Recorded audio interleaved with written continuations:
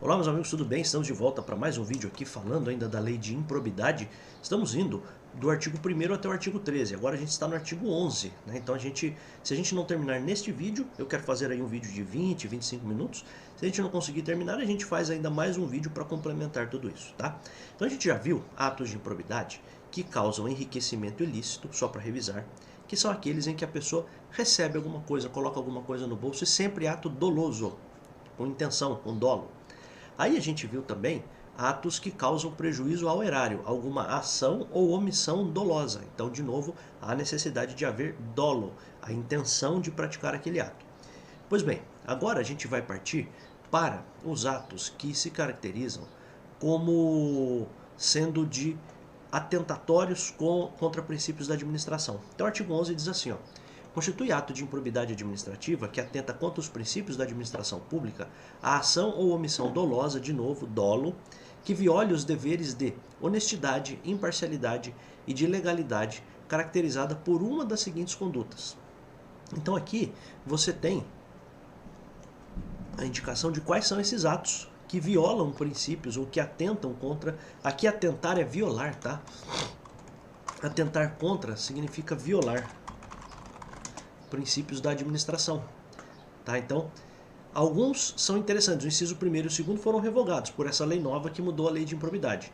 Olha só que louco. O inciso 3º fala de o cara que é linguarudo, fofoqueiro, ó, revelar fato ou circunstância de que tem ciência em razão das atribuições e que deva permanecer em segredo, ó. Então, alguma coisa que deve permanecer em segredo, se a pessoa revela, está cometendo ato de improbidade, tá? Porque permite que alguém tenha uma informação privilegiada. Outra que atenta contra princípios da administração, negar publicidade aos atos oficiais, exceto em razão de sua imprescindibilidade para a segurança da sociedade e do Estado, e de outras hipóteses dadas pela lei. O que significa que os atos administrativos, eles em geral são públicos. Os atos oficiais, eles devem ser públicos. Se porventura a autoridade, o servidor, não der essa publicidade para alguma coisa que deveria estar pública, isso é um ato de improbidade. E é claro, aqui a exceção qual é? As situações em que você deve manter alguma coisa em sigilo, tá? Então, a lei diz, existem várias leis que dizem informações ou dados que devem permanecer em sigilo, mas tirando isso, todo mais, se o servidor ou a autoridade negar essa publicidade, estaria incorrendo num ato de violação de princípios da administração pública. Olha que louco. Aqui, frustrar em ofensa à imparcialidade o caráter concorrencial de concurso público, de chamamento ou de processo licitatório, com vistas à obtenção de benefício próprio, direto ou indireto, ou de terceiros. Então aqui é um texto que é dado pela nova redação aqui do inciso, e aí a gente vai precisar fazer uma distinção bem interessante, ó. Causa prejuízo ao erário. O que, ó? Se você olhar aqui em cima, você vai ter aqui o inciso que fala de licitude do concurso público, ó. Então isso aqui causa prejuízo ao erário, só para você ter uma noção, que isso pode sim ser objeto de uma pergunta para você, né? E aqui o inciso 5º como violação a princípio da administração, ó.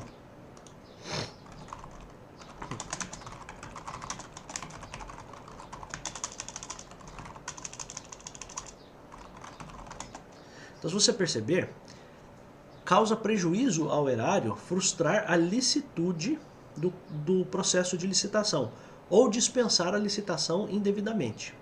Então aqui você está frustrando a legalidade da licitação ou você está dispensando a licitação indevidamente. Você sabe que para algumas compras de alguns valores ou porque você está numa situação muito emergencial, você pode comprar sem fazer essa licitação. Você já vai direto em um dos fornecedores e compra do cara, tá? Mas a lei é que vai dizer quando isso pode acontecer. Então a pessoa que dispensa essa licitação indevidamente, ele está cometendo um ato que causa prejuízo ao erário. Pois bem, quando a gente fala de violação ao princípio da administração, aqui a gente tem, ó, essa expressão, em ofensa à imparcialidade. Então, ó, frustrar em ofensa à imparcialidade o quê? O caráter concorrencial do concurso público, de chamamento ou de procedimento licitatório. Então veja que antigamente não era assim, e não preciso nem dizer para você como era antes, mas eu vou dizer, porque eu acho que é importante. Antigamente, frustrar processo licitatório somente era prejuízo ao erário, e frustrar concurso era violação a princípio da administração. Isso mudou, então o que eu quero que você entenda já é o correto. Então, tanto a licitação, ela está tanto numa questão que causa prejuízo ao erário, como numa questão que causa violação ao princípio da administração.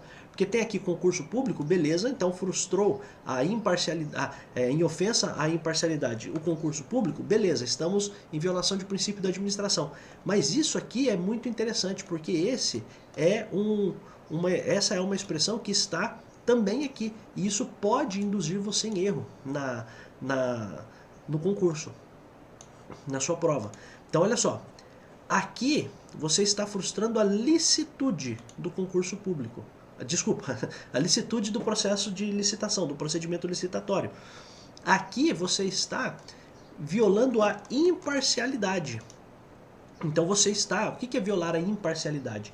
É de algum modo beneficiando as pessoas de modo equivocado. Então, qual é a questão aqui? Frustrar a licitude é tudo que não viole a imparcialidade. É essa a interpretação que eu quero que você tenha. Então, na hora da prova, você pode, porque a nova lei aí a lei que alterou a lei de licitação, a lei de improbidade, ela é uma lei relativamente nova e ela pode estar na sua prova, e isso é um tema novo e um tema que pode sim estar na sua prova. Então você precisa entender o seguinte: frustrar a licitude da licitação é prejuízo ao erário.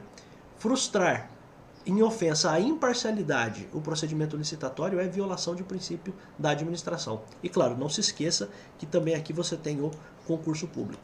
Tá? Mas acho importante você fazer essa distinção. Então, se a gente fosse colocar em poucas palavras para decorar: prejuízo ao erário, licitude de licitação, violação a princípio, ofensa à imparcialidade de licitação. Tá? Porque o do concurso público, ok, ele sempre esteve aqui na parte de violação de princípio mesmo. Tá? Agora, essa questão da licitação é que me parece que poderia dar algum problema para você. Então, prejuízo ao erário, licitude da licitação. Violação a princípio, você está falando de ofensa à imparcialidade da licitação. Tá? Então, por favor, faça uma tatuagem no seu corpo na hora de você fazer a prova, né? Ou coloca a caneta, não, mentira, né? Não pode fazer isso, não pode colar, tá? Mas decore isso, porque eu sugeriria que você fizesse isso, vai ser muito importante para você. Inciso 6º, deixar de prestar contas, revelar ou permitir que algo chegue a conhecimento de terceiro. Então sempre aqui, a pessoa que não é transparente, negar publicidade. Aqui a pessoa que deixa de prestar contas, negar publicidade, é o cara que não quer dizer o que ele está fazendo. Também o cara que está revelando alguma coisa, o fofoqueiro, né? Revelar o linguarudo, revelar circunstância ou fato, de novo aqui, revelar ou permitir que chegue ao conhecimento de terceiro algum fato. Então, interessante. Inciso 8º, descumprir as normas relativas à celebração, fiscalização e aprovação de contas de parcerias firmadas pela administração pública com entidades privadas. Então, de novo, aqui o cara não está obedecendo normas relativas à fiscalização e aprovação de contas das parcerias que o poder público faz. Tá? Então, se o poder público faz parceria com entidades, aí você precisa ter uma fiscalização em cima daquilo, para ver se não está havendo ali nenhum beneficiamento indevido. Tá? Inciso novo aqui, inciso 11, nomear, aqui é o que a gente chama de nepotismo, né? Então, nomear cônjuge, companheiro, parente em linha reta, colateral ou por afinidade, até terceiro grau, inclusive, da autoridade nomeante ou de servidor da mesma pessoa jurídica, investido em cargo de direção, chefia ou assessoramento para exercício de cargo em comissão ou de confiança, ou ainda de função gratificada na administração direta e indireta em qualquer dos poderes da União, Estado, Distrito Federal, municípios, compreendido o ajuste mediante designações recíprocas. Qual é o ponto aqui? Você tem aqui a proibição, e você vai ver que essa proibição não é tanta proibição assim, mas é uma proibição. Por quê? Aqui a gente está vendo a proibição do nepotismo. Nepotismo é contratação ou indicação de parentes até terceiro grau. Tá? Professor, o que é terceiro grau? Você não precisa saber, não vai cair direito civil. É no direito civil que diz quais são os graus de parentesco. O importante aqui para você é guardar essa expressão, até terceiro grau inclusive. Tá? Então, proibição do nepotismo, que é a contratação ou indicação de parentes para cargos na administração pública até terceiro grau. Aí a gente já pode partir, vou pular aqui só para a gente fazer uma sequência melhor. Ó. Vamos descer aqui dizendo o seguinte, ó. O parágrafo 5º desse mesmo artigo 11 diz assim, que não se configura improbidade a mera nomeação ou indicação política por parte dos detentores de mandatos eletivos, sendo necessária a aferição, a verificação de dolo com finalidade ilícita por parte do agente. Então, ó, para cargo ou função de confiança ou gratificada, é proibido o nepotismo. Há nepotismo. Para uma indicação política, e o que é uma indicação política? Só para que você entenda, tá? Indicação política é aquela indicação feita por conta de você querer colocar a pessoa como um secretário de governo para exercer uma função política, tá? Então, nesses casos, para indicação política, não há nepotismo, salvo se existir o dolo, a vontade de cometer aquele ato ilícito. Tá? Então, estamos fazendo essa distinção porque isso poderia, de algum modo, fazer também você se confundir na hora da prova. Então, pensa o seguinte, é proibido o nepotismo, beleza. Contratação de parentes para cargo, função, tal, beleza. Só que, se a questão trouxer a informação de que houve uma nomeação ou uma indicação política por quem possui mandato eletivo, por quem foi eleito, aí neste caso a gente não está falando de nepotismo, a não ser que eu prove que a pessoa nomeou uma outra pessoa para estar ali com o objetivo de causar algum ato de improbidade. Vamos dar um exemplo claro aqui para a gente não ter problemas, independente se de posições políticas. O presidente da República tem vários filhos, certo? 3 deles já ocupam mandatos eletivos, tal, e ele tem um quarto filho, que é acho que é Jair Renan, alguma coisa assim, e ele ainda não tem cargo nenhum. Então pensa o seguinte, só para você entender, o presidente da República poderia nomear o filho dele para fazer uma indicação política, uma nomeação política do filho dele, ele poderia. Por quê? Porque é uma indicação política. Então veja só, como que eu poderia brecar isso? Como que eu poderia pausar isso? Como que eu poderia impedir isso? Se ficasse comprovado que a nomeação do filho dele foi para a finalidade de cometer uma fraude, de cometer um tráfico de influência, cometer algum outro crime. Tá? Então não quero nem entrar aqui no mérito se do presidente, político, não quero nem saber disso aqui para nossas aulas aqui. Mas o que eu quero te dar como exemplo é para você entender que tecnicamente seria possível. Tá?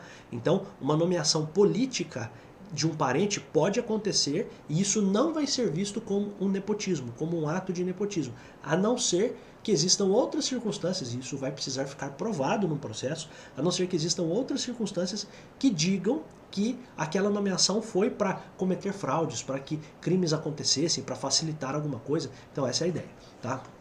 Então só voltando aqui, então o inciso 11 fala desse nepotismo, mas você precisa ler o inciso 11 em conjunto com o parágrafo 5º. Então aqui, ó, inciso 11, aqui parágrafo 5º. Tá?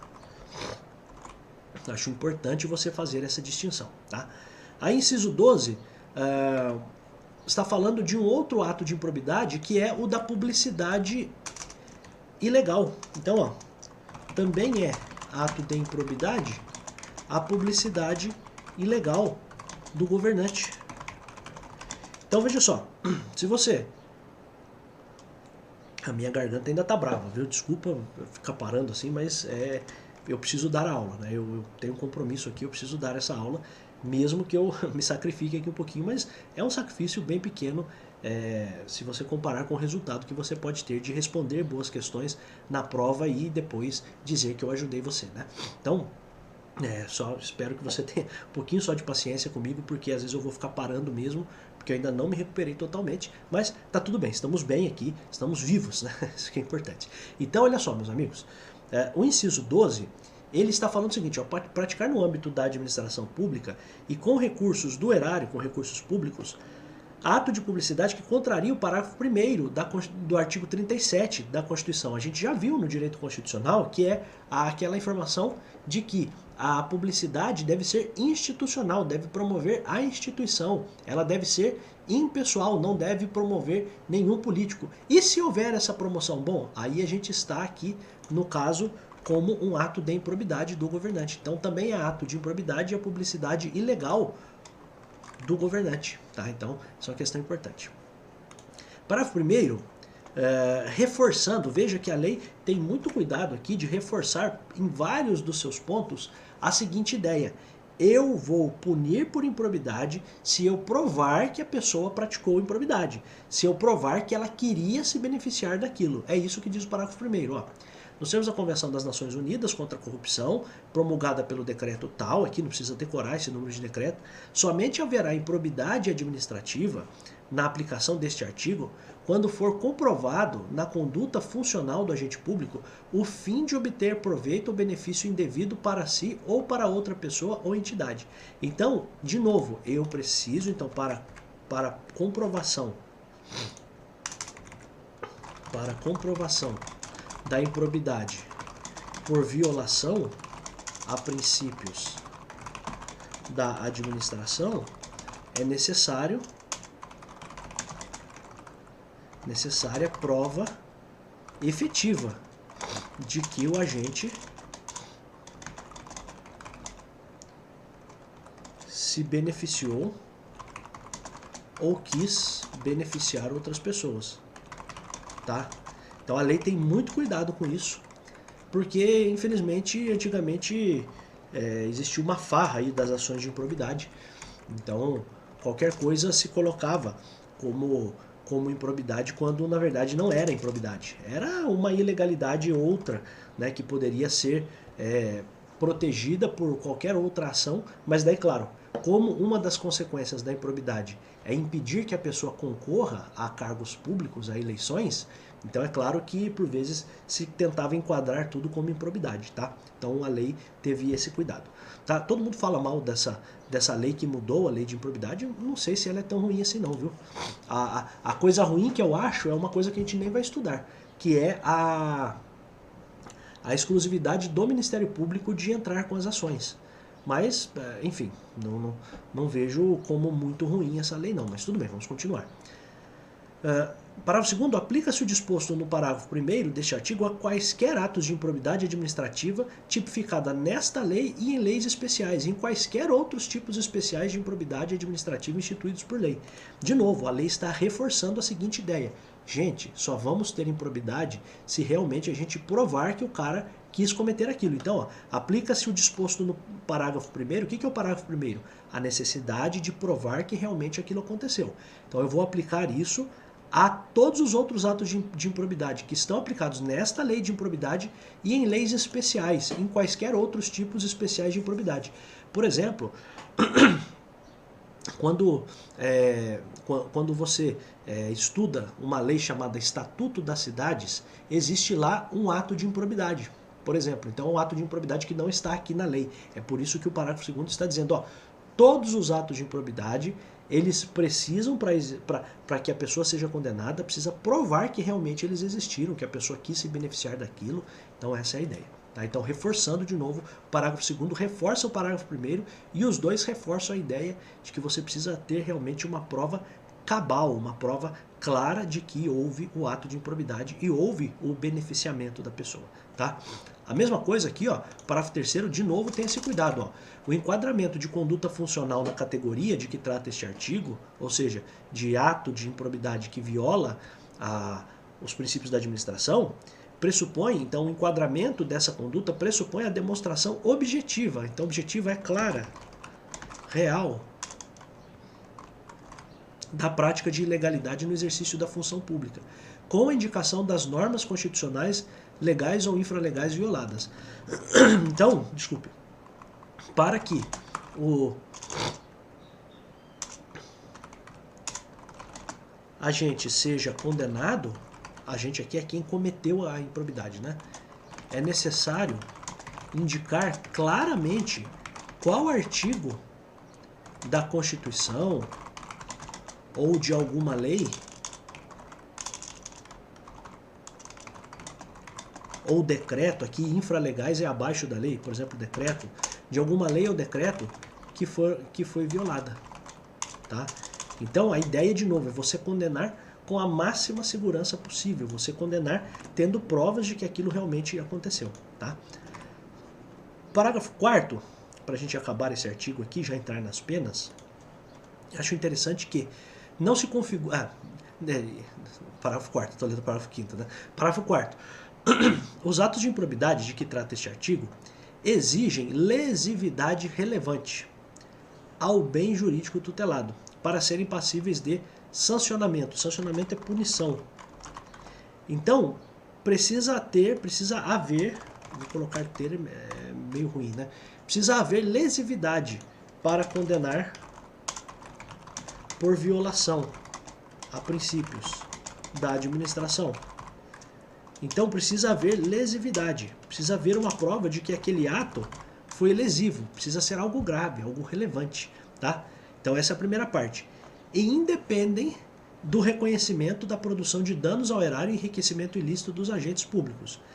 Então aqui são duas questões importantes. Primeira questão, você, para ter a condenação por violação a princípios, eu preciso que aquilo seja grave. Mas aquilo sendo grave não significa que para ser grave, por que pode ser grave? Porque você violou de um modo tão grande a moralidade administrativa que é um negócio grave.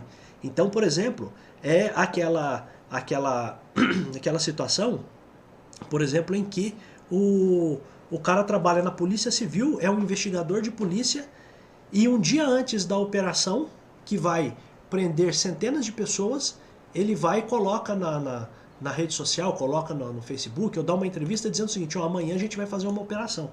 Pô, mas espera aí, isso era um negócio que devia ficar em segredo. Então isso é o caso grave. Então o cara revelou um fato, revelou uma circunstância que deveria permanecer em segredo. Por quê? Porque se você revela, você como policial revela que vai ter uma operação, você beneficia os criminosos que vão fugir, que vão jogar fora os objetos do crime, vão se livrar das armas, por exemplo. Então qual a ideia? Para que exista o ato de improbidade por violação a princípios, você precisa ter lesividade, isso precisa ser grave. Mas não necessariamente precisa haver prejuízo aos cofres públicos. Por quê? Aqui no caso do investigador que revela essa operação antes da hora, pode até ser que você não tenha nenhum prejuízo para os cofres públicos. Por quê? Porque as tropas, os policiais e todo mundo não foi ainda mobilizado, iria ser mobilizado no outro dia. Então pode ser que você nem tenha um prejuízo financeiro. Mas mesmo assim, você está diante de um ato grave. Por quê? Porque isso é muito lesivo, isso é muito grave. Você, como um investigador de polícia, não pode revelar as operações que vão acontecer. Então, qual é o ponto aqui? O que o parágrafo 4º quer dizer? Os atos de improbidade de que trata este artigo, então, para violação de princípios da administração, eles exigem lesividade relevante, então um prejuízo relevante, então alguma coisa grave, relevante, importante, tá? Ao bem jurídico tutelado. Aqui o bem jurídico tutelado é o bem protegido. Então, por exemplo, só para que você entenda, quando eu estou falando de uma operação policial, o que eu estou de fato fazendo? Eu estou protegendo, qual é o bem jurídico tutelado? Eu estou protegendo a segurança de todas as pessoas. Então, o bem protegido, tutelado, aqui o bem jurídico protegido é a segurança. Então, quando eu revelo uma operação indevida, o que eu estou fazendo? Eu estou atingindo a segurança pública, eu estou prejudicando a segurança pública, tá? Então, essa é a ideia. Então, você vai ter a necessidade de uma lesividade que é relevante para que haja a condenação, mesmo que não tenha... Então, independem do reconhecimento de danos ao erário e de enriquecimento ilícito dos agentes. Então, o linguarudo lá, o investigador de polícia, que falou demais e revelou que haveria uma operação, ele nem enriqueceu ilicitamente. Ele nem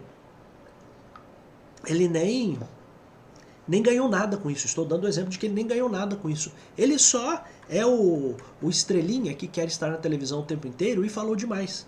Então, nesse caso, o que acontece?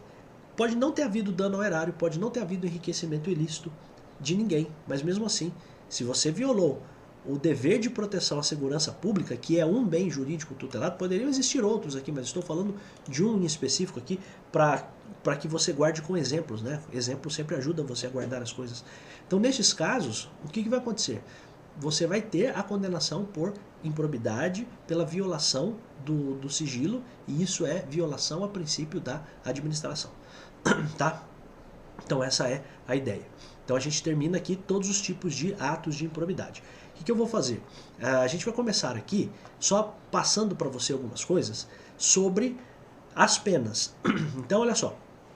No artigo 12, independentemente do ressarcimento integral do dano, ou seja, sempre vai ser necessário o ressarcimento do dano, se ele acontecer, se efetivo, e das sanções penais comum e de responsabilidade civis e administrativa previstas na legislação específica, está o responsável pelo ato de improbidade sujeito às seguintes combinações, às seguintes penalidades, que podem ser aplicadas isoladamente ou cumulativamente. Então eu posso pegar uma dessas penas e aplicar, ou eu posso juntar todas. Isoladamente é isso, eu pegar somente uma dessas penas, ou eu posso colocar isso e fazer isso de modo cumulativo, eu posso juntar todas as condenações, claro, de acordo com a gravidade do fato.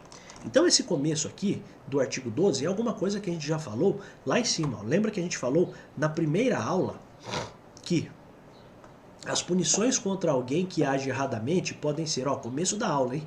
Podem ser na esfera criminal, administrativa, civil e também na esfera dos atos de improbidade. Eu falei isso para você, por quê? Para fixar já na sua cabeça essa ideia, porque agora aqui nas penalidades, ó, quando a gente chegar nas penalidades, a gente tem isso dito, claro, de um modo mais formal, mas ó, independente do ressarcimento integral do dano, se efetivo, e das sanções penais, responsabilidade civil e administrativa, a pessoa também está o responsável pelo ato de improbidade as seguintes penalidades, ou seja, isso aqui reforça aquilo que eu falei, a pessoa vai ser punida por sanções na área, por fatos na área penal, na área civil, na área administrativa e também por ato de improbidade. É isso que eu quero que você entenda. Então, essa é a primeira ideia para que a gente comece a entender que as punições são independentes, elas podem ser isoladas, então você tem aqui o inciso primeiro, tem várias punições e pode ser dada uma das punições apenas por parte do juiz, ou podem ser dadas todas elas juntamente, de acordo com a gravidade do fato.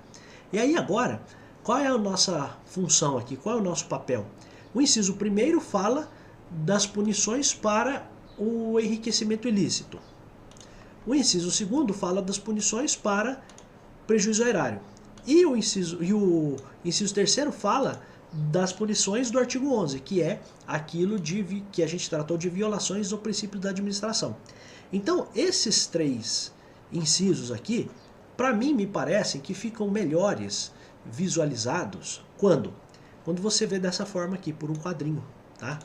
Então, isso aqui, que está aqui, é a tradução desses incisos primeiro, segundo e terceiro.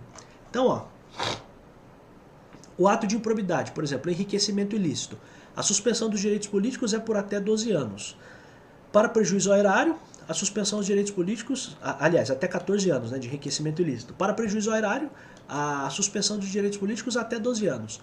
Quem pratica violação a princípios da administração não tem a suspensão dos direitos políticos. O que é suspensão dos direitos políticos? O cara não pode nem votar nem ser votado, tá?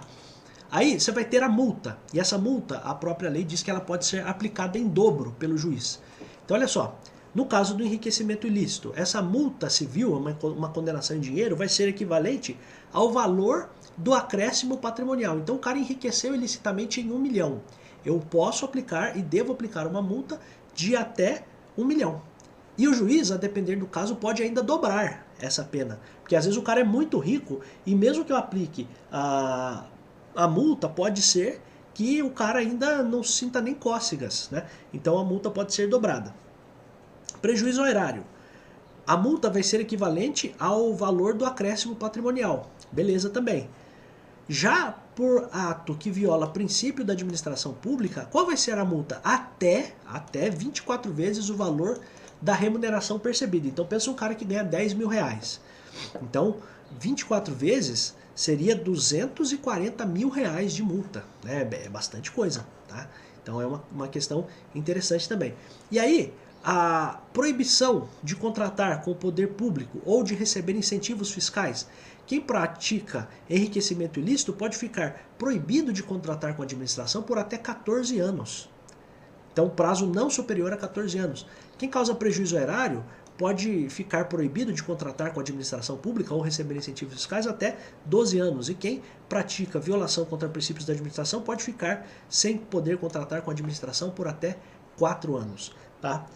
Então acho isso para este vídeo importante. Eu vou voltar no próximo vídeo para a gente olhar aqui os parágrafos, tá? Então, vamos só ver aqui o parágrafo primeiro, ó. Então essas são as penalidades. Cara, guarde esse quadrinho aqui, porque isso aqui, claro, vai ficar na sua área lá para você baixar. Guarde esse quadrinho, porque isso aqui é muito importante, porque às vezes a prova vai trabalhar só com isso.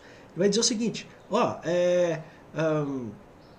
qual o prazo para a proibição de contratar com o poder público de quem causou prejuízo ao erário? Aí você vai olhar na tabelinha, não superior a 12 anos. Claro, você precisa guardar essa tabela. Como é que você estuda isso aqui?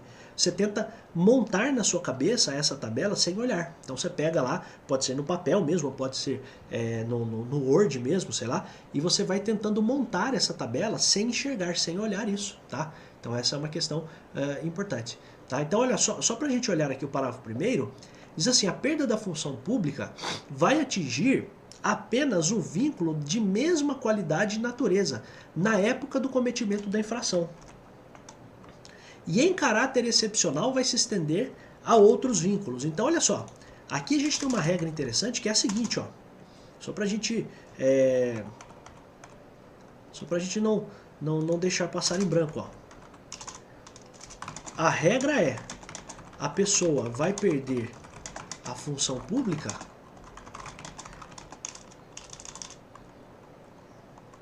se ela ainda estiver no cargo em que foi praticada a improbidade.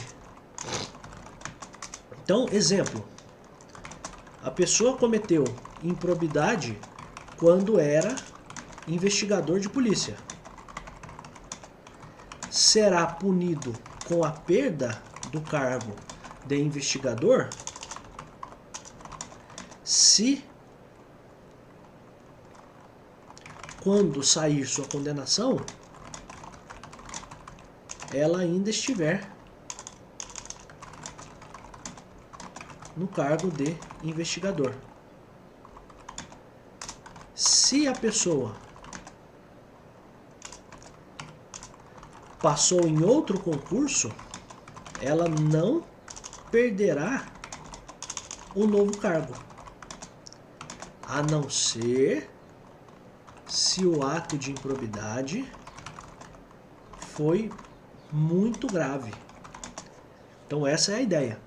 Então olha só, a regra é, a pessoa vai perder a função pública se ela ainda estiver no cargo em que ela praticou a improbidade. Então a perda da função pública vai se vincular apenas para o vínculo de mesma qualidade e natureza. É como se eu dissesse o seguinte, que o agente público ou político detinha na época do cometimento da infração. Então, se o cara era investigador e cometeu o ato de improbidade enquanto era investigador, se quando ele for condenado ele ainda continua como investigador, ele pode perder o cargo de investigador.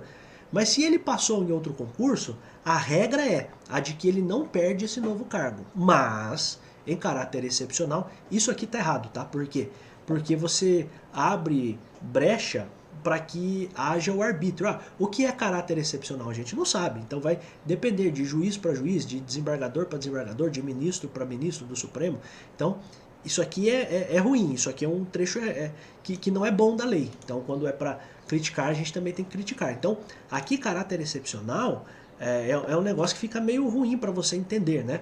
Mas qual é a regra? O cara cometeu o ato como investigador, foi condenado como investigador, pode perder o cargo de investigador. Se ele cometeu o ato como investigador e agora passou em outro concurso, a regra qual é? A de que para esse novo cargo ele não perde o seu cargo. Para esse novo concurso ele não perde o cargo por aquilo que ele fez lá atrás. Mas, em caráter excepcional, pode sim perder. Então o juiz vai ter que justificar. Isso é um trabalho a mais para o juiz. Eu não sei se tá certo isso não, tá? Eu acho isso muito questionável, tá? A gente vai parar por aqui, já deu aí uns 35 minutos de vídeo, e eu vou continuar o restante aqui no próximo vídeo, tá bom, meus amigos? Eu agradeço muito a você que está aqui, a você que me acompanha aqui, a você que está aqui há mais tempo, desde o começo, a você que me acompanha desde a época do concurso de escrevente, a você que chegou agora. Fico muito feliz, muito agradecido por você estar aqui, e eu espero estar conseguindo ajudar você. Tá bom? Um grande abraço, eu volto no próximo vídeo. Tchau!